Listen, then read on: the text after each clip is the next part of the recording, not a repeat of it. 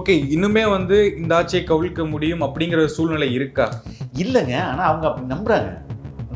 நம்புறதுக்கு காரணம் என்ன? அவர்களிடம் இருக்கிற பணம். பணத்தால எல்லாம் பண்ணிட முடியும் அப்படின்னு நினைக்கிறேன். எப்படி பணத்தால எல்லாத்தையும் பண்ணிட முடியும்? உண்மையிலேயே ஏன் தோத்தோம்? எதுக்கு தோத்தோம்? அப்படின்றது அவங்களுக்கு தெரிஞ்சுக்கிற அளவுக்கு அவங்களுக்கு திறமை இல்ல. சின்ன பசங்களால தோத்துட்டோம், இன்ஸ்டாகிராமால தோத்துட்டோம், திரைக்கவர்ச்சியில தோத்துட்டோம் இப்படின்னு தங்களை தாங்களே ஏமாத்திட்டு இருக்காங்க. அதிமுகவை அபகரிக்க நினைக்கிறீங்க நீங்க. எந்த கும்பனாலும் முடியாது. ஜனநாயகத்தின் மீது ஒரு அதை மதிக்காத ஒரு மனநிலையும் தான் இந்த கட்சி இந்த அளவுக்கு போனதுக்கான காரணமே அதான். பாஜக வந்து இனிமே நேரடியா போன முடியாது. அதனால அவங்க வந்து உண்மையான ஒரு பி டீம், அஃபிஷியல் பி டீமை வந்து யார் அண்ணாமலையே இறக்குறாங்க. ஆனால் இது ரெண்டுமே fused bulb. It has no power.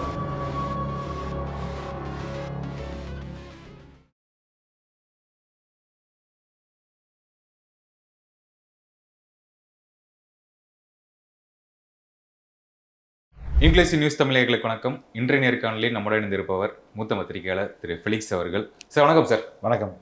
இந்த ஒரு வார காலம் நடந்திருக்கக்கூடிய நிகழ்வுகள் பற்றி நம்ம பேசுவோம் சார். என்ன அப்படின்னா, அதிமுகவை அபகரிக்க நினைக்கிறீங்க நீங்க, எந்த கும்பனாலும் முடியாது என்று ஆர்பி உதயகுமார் அவர்கள் பேசியிருக்காரு. ரொம்ப கொந்தளிச்சு பேசியிருக்காரு. இதுக்கு உங்களுடைய பதில் என்ன? அதிமுக இருக்குதா அப்படின்ற கேள்வி தான் கேட்க வேண்டியிருக்குது. ஏன்னா இன்னைக்கு வந்து ராஜேந்திர பாலாஜி ஸ்டாலினை புகழ்ந்துட்டு இருக்காரு. எல்லாருமே இப்போ வந்து ஏடிஎம்கேல இருக்கிற அந்த கட்சின்றது இப்போ இல்லைங்க. அந்த கட்சியில் ஒரு காலத்தில் பவர்ஃபுல்லாக இருந்த தனி மனிதர்கள் தான் இருக்காங்க. ஜெயக்குமார் எங்கே போயிட்டாருன்னு தெரில, மற்ற சிவி சண்முகம் எங்கே இருக்காருன்னு தெரில, யாருமே எங்கே இருக்கிறாங்கன்னு தெரில. இதற்கெல்லாம் காரணம் எடப்பாடியோடைய ரொம்ப குறுகிய புத்தியும் சுயநலமும் ஜனநாயகத்தின் மீது ஒரு அதை மதிக்காத ஒரு மனநிலையும் தான் இந்த கட்சி இந்த அளவுக்கு போனதுக்கான காரணமே அதான். இப்போது 2026 தேர்தல் முடிஞ்சிச்சு. தேர்தல் முடிஞ்சவொடனே தனிப்பெரும்பான்மையாக ஒரு சிங்கிள் லார்ஜஸ்ட் பார்ட்டியாக தாவேக்கா வந்து நிற்கிது. ஆட்சி அமைக்கும் அதிகாரம் அவங்களுக்கு தான் இருக்குது. கான்ஸ்டியூஷன் படி அவங்களுக்கு தான் இருக்குது. இந்த ஜனநாயகத்தின் மீது நம்பிக்கை இருக்கிற மனிதராக எடப்பாடி பழனிசாமி இருந்திருந்தால், பதவி வெறி இல்லாமல் இருந்திருந்தால், மக்கள் மீது ஒரு அக்கறை கொண்ட, மக்களுடைய தீர்ப்புக்கு மதிப்பளிக்கிற ஒரு மனிதராக இருந்தால் இவர் என்ன செஞ்சிருக்கணும்? திமுகவும் என்ன பண்ணியிருக்கணும்? ஏங்க இது வந்து நாங்கள் தோல்வியை நான் ஒத்துக்கிறோம். ஏன்னா மக்கள் வந்து தமிழக வெற்றி கழகத்துக்கு, தாவேக்காவுக்கு இந்த வெற்றியை கொடுத்துருக்காங்க. அவர்கள் 5 ஆண்டு காலம் ஆட்சி செய்யட்டும், நாங்கள் வந்து தொந்தரவு பண்ண மாட்டோம், வெளியிலிருந்து ஆதரவும் தரோம், எங்களுக்கு மந்திரி சாஹிப், ஆனால் ஒரு சிறந்த எதிர்க்கட்சியாக நாங்கள் செயல்படுவோம் இப்படின்ற ஒரு நிலைப்பாட்டை எடுத்திருந்தார்களே ஆனால் அதிமுக என்ன ஆகிருக்கும்? இன்னைக்கு அப்படியே இருந்திருக்கும். யார் அங்கேருந்து ஸ்பிளிட்டாக இருக்க மாட்டாங்க, விலகி இருக்க மாட்டாங்க, அப்படியே இருந்திருப்பாங்க. அதே போல் திமுகவுடைய கூட்டணி கட்சிகளும் அவங்க கூடயே இருந்திருப்பாங்க. ஆனால் பணத்தாசை, பதவி ஆசை, ஜனநாயகத்தின் மீது நம்பிக்கை இல்லாத ஒரு மனப்போக்கு, இதுதான் என்ன பண்ணுது? அதிமுகவும் திமுகவும் ஒன்றிணைக்குது. இதனால என்ன பண்ணுறாங்க? எம்எல்ஏக்களும் அதிமுகவுடைய நிர்வாகிகளும் கடுப்பாறாங்க.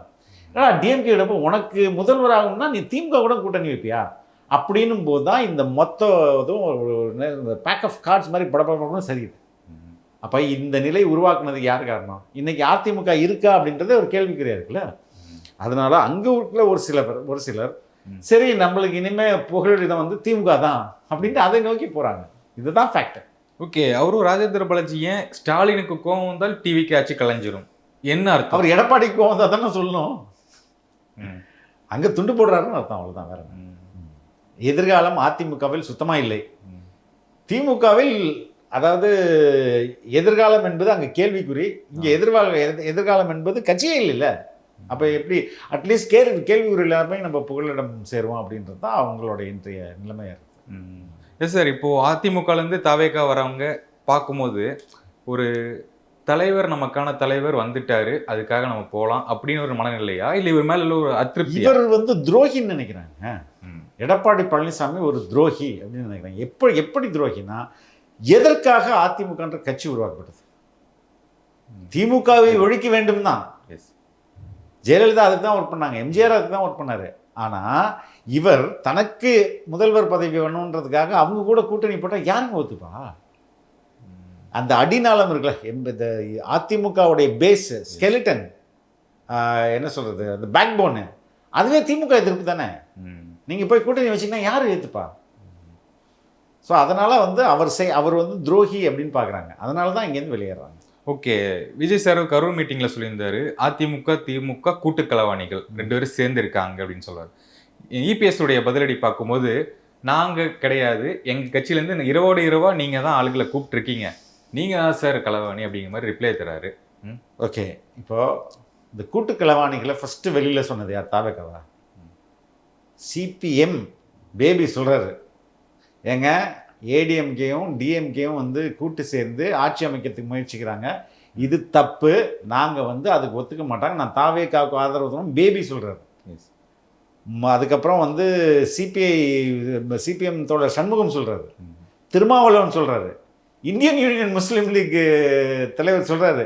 ஃபஸ்ட்டு எனக்கு புரியலைங்க, என்ன சொல்கிறாங்க, என்ன இப்போ எது திமுகவும் அதிமுகவும் என்னது எனக்கு புரியலையா அப்படின்னு ஷாக்கில் அவர் சொல்கிறாரு. எல்லா அரசியல் கட்சிகள் தலைவரும் சொல்லிட்ட பிறகு திமுக அதை இன்னும் மறுக்காத நிலையில் இவர் என்ன எடப்பாடி போய் சொல்லிட்டு இருக்கிறாரா? இவங்க ஏடிஎம்கே வந்து எம்எல்ஏக்கு பாண்டிச்சேரியில் என்ன வேலை? பாண்டிச்சேரியில் கூப்பிட்டு போய் ரெசார்ட்டில் வச்சுருந்தாங்களே, என்ன வேலைங்க? எந்த பேரம் பேசினார்? ஸோ இன்றைக்கி வந்து எக்ஸ்போஸ் ஆகிறாங்க.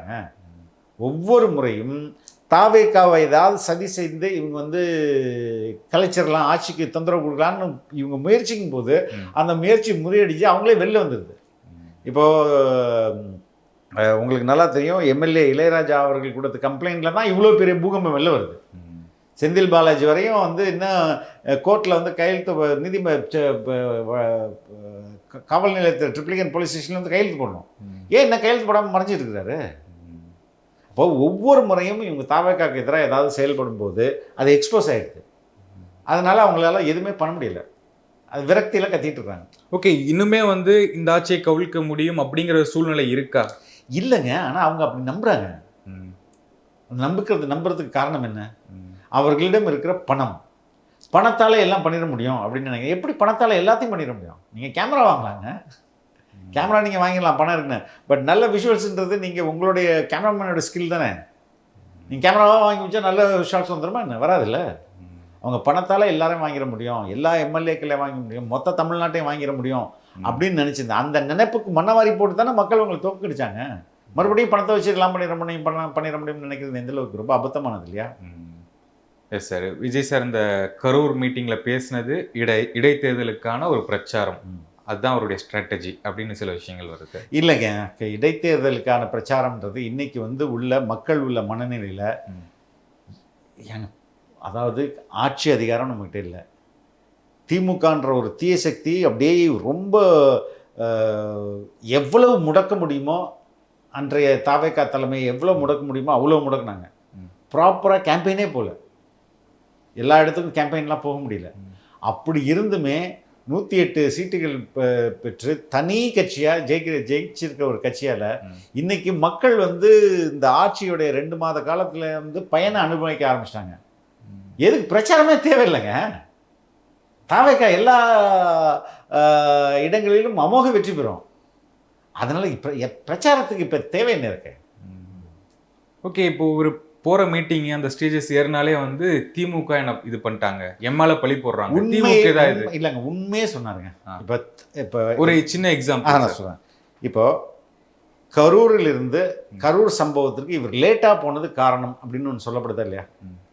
அசம்பிளியில் முன்னாள் முதல்வர் மு.க. ஸ்டாலினே சொல்கிறார், இவர் லேட்டாக போனது தான் காரணம். எந்த அடிப்படையில் லேட்டாக போனார்னு இவங்க சொல்கிறாங்க? அந்த கொடுத்த டைம் கூட தாண்டி போகிறாருன்னு சொல்ல. எந்த கொடுத்த டைமு? அதுதான் ரொம்ப முக்கியமானது நம்ம பார்க்கணுங்க. ஒரு முதல்வர் சட்டமன்றத்தில் பேசுகிறார், லேட்டாக போயிட்டாருன்னு என்ன அடிப்படைன்னா அதுக்கு எதுவுமே சொல்ல முடியல. நான் வந்து சொல்கிறேனே, காவல்துறைக்கிட்ட அனுமதி பெறாங்க. இத்தனை மணிலேருந்து இத்தனை மணி வரை எங்களுக்கு அனுமதி கொடுங்க அப்படின்ட்டு. அந்த அனுமதி நேரம் என்பது மாலை 4 மணிலேருந்து இரவு 10 மணி வரை. இவர் போனது 7 மணிக்கு, 7:40க்கு சம்பவம் நடக்குது. 7 மணிக்கு இப்போ 4 மணிலேருந்து 10 மணி வரையும் போது ஒன்று 4 மணிக்கு முன்னாடி போனால் சீக்கிரம், 10 மணிக்கு அப்புறம் வந்தால் லேட்டு. கரெக்டு தானே? இப்போ இவர் கொடுத்துருக்கிறது எங்களுக்கு கொடுக்கப்பட்ட நேரம் 4 மணிலேருந்து 10 மணி வரை, 7 மணிக்கு அங்கே இருக்கிறாரு. இது எப்படி லேட்டுன்னு சொல்ல முடியும்? காவல்துறை அனுமதி வழங்கிய அந்த கடிதம் இருக்குல்ல, அதான ஆதாரம். அதை அன்றைய முதல்வருக்கு தெரியாதா? ரெண்டாவது, இன்னைக்கும் போங்க, ஐ திங்க் 27ஆம் தேதி செப்டம்பர் தானே அது நடந்தது.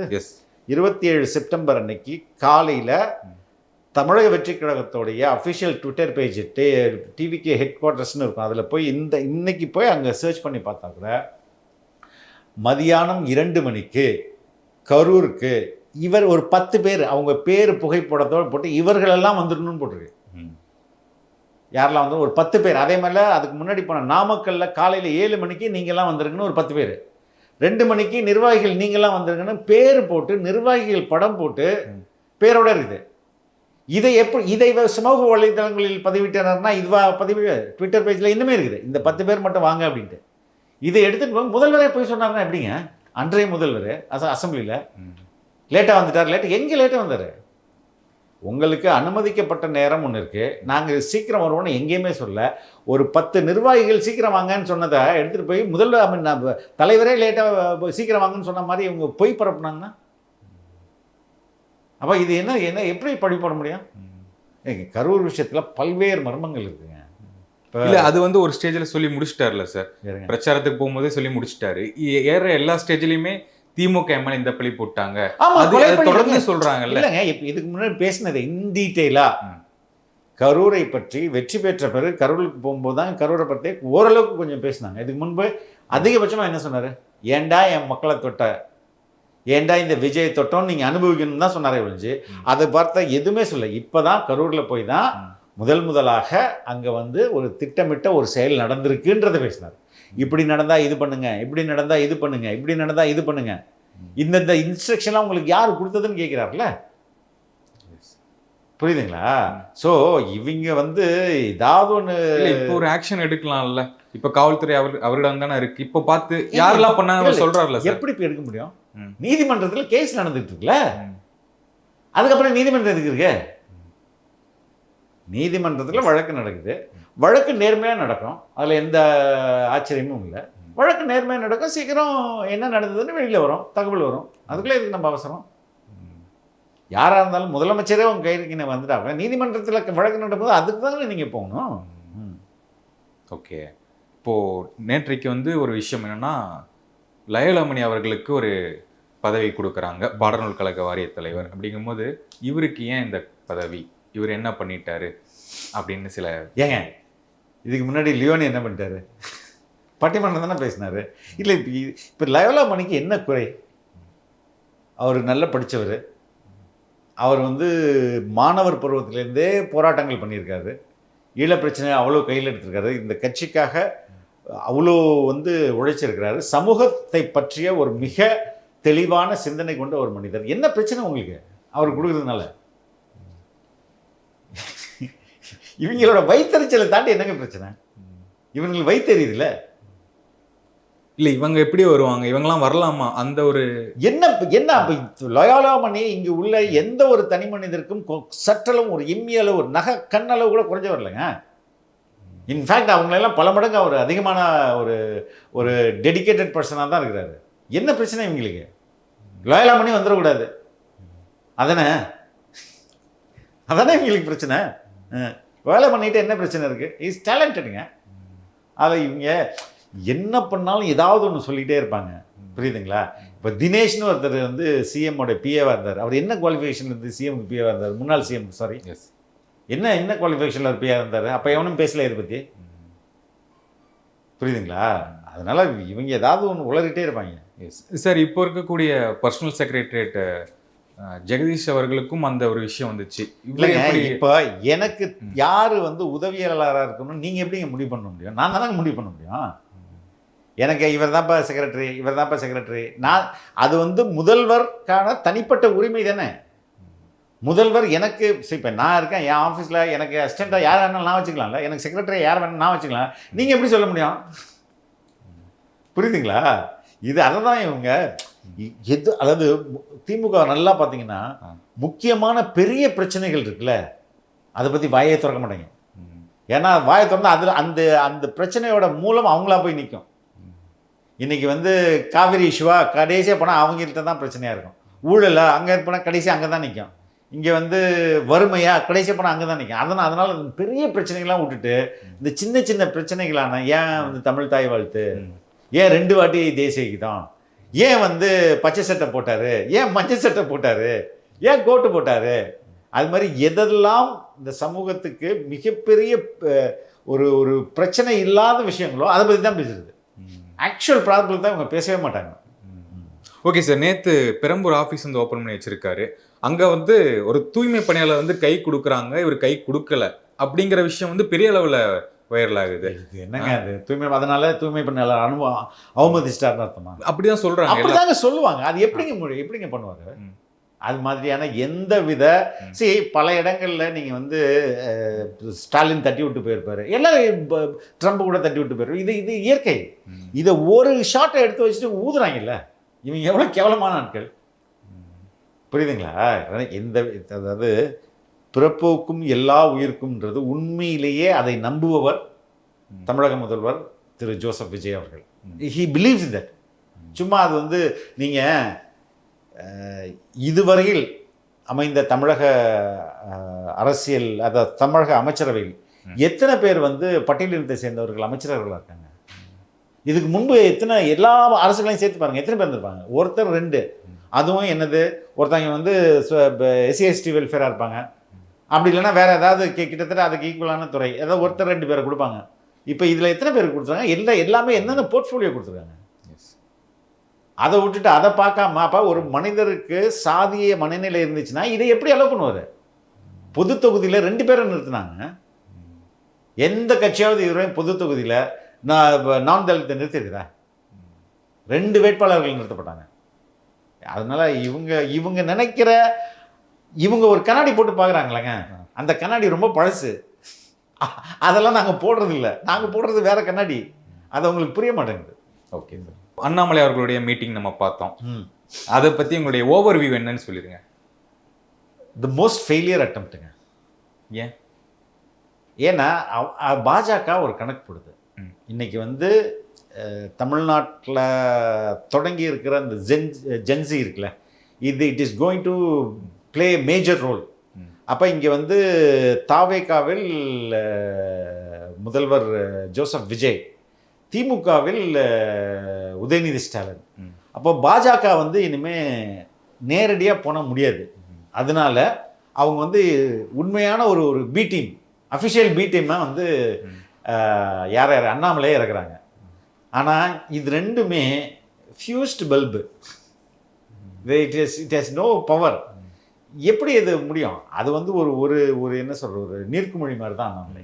இல்லை, அவரே சொல்கிறாரு, நான் வெளியே வர்றதுக்கு 6 மாதம் முன்னாடி சொல்லிட்டேன், அது ஒரு டைம் கொடுத்தாங்க, நோட்டீஸ் பீரியட் மாதிரி இருந்துட்டு வந்தேன் அப்படிங்கிறாரு. இங்கேயும் அதை சொல்கிறாரு ஓப்பனா, பி டீம் கிடையாது அப்படிங்கிறாரு. பி டீம் கிடையாது, ரைட்டு, வேறு என்ன டீமு? அவர் என்ன அவர் தெளிவாக சொல்கிறாரு, பாஜக இங்கே ஒரு சில காரணங்களால் உள்ளே வர முடியல, அதை வந்து சரி பண்ண, அது இல்லாமல் இன்னொரு ஃபேஸ் தாங்க அவர் இன்னொரு ஃபேஸ் தான். பட் அது வந்து ரொம்ப என்ன சொல்கிறது, இட்ஸ் ஒரு பபிள் மாதிரி பட்டன் உடையக்கூடிய ஒரு அமைப்பு தான். ஓகே, இப்போ 10 லட்சம் கோடி கடன் இருக்கு, முடியும் போது பாருங்க 15 லட்சம் கோடி கடன், 20 லட்சம் கோடி கூட கடன் இருக்கும். அது இல்லை பிரச்சனைங்க. கடன் எதுக்காக வாங்குறீங்க? இல்லைங்க, உண்மையிலேயே நம்மளுக்கு உலக வங்கிகளும் மற்ற வங்கிகளும் எதுக்கு கடன் கொடுக்குறாங்க? என்ன ரீசனுக்காக கடன் கொடுக்குறாங்க?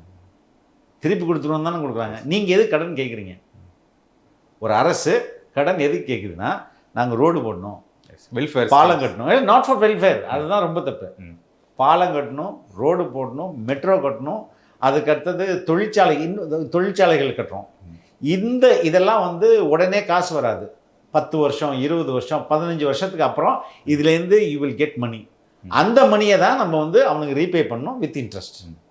இதுக்கு தான் கேபிட்டல் அசட்ஸ், அதாவது முதலீட்டை அதிகரிக்குதான். முதலீடுனா நம்மளுடைய பாலங்கள், சாலைகள், அதுக்கப்புறம் பேருந்து நிலையங்கள், ஒரு தானிய கிடங்குகள் வந்து அமைக்கிறது, இது மாதிரியான நம்ம உட்கட்டமைப்பை சரி பண்ணுறது தான் கடன் வாங்குறது.